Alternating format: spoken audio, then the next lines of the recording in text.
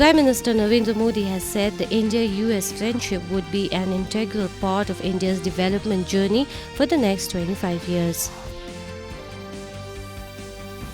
India and US reaffirmed commitment to promote regional stability and rule of law at the fourth 2+2 ministerial dialogue held in Washington last night.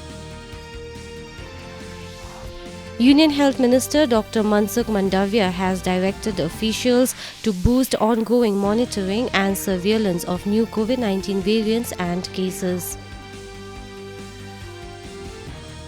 In Pakistan, Shehbaz Sharif has become the 23rd Prime Minister of the country after taking oath last night.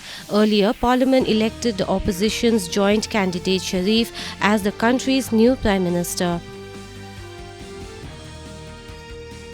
Director of the IMF's Fiscal Affairs Department, Victor Gaspar, says spikes in food and energy prices were hitting low-income countries particularly hard and they may need more grants and highly concessional financing. He also called for countries to undertake reforms to improve debt transparency and strengthen debt management policies.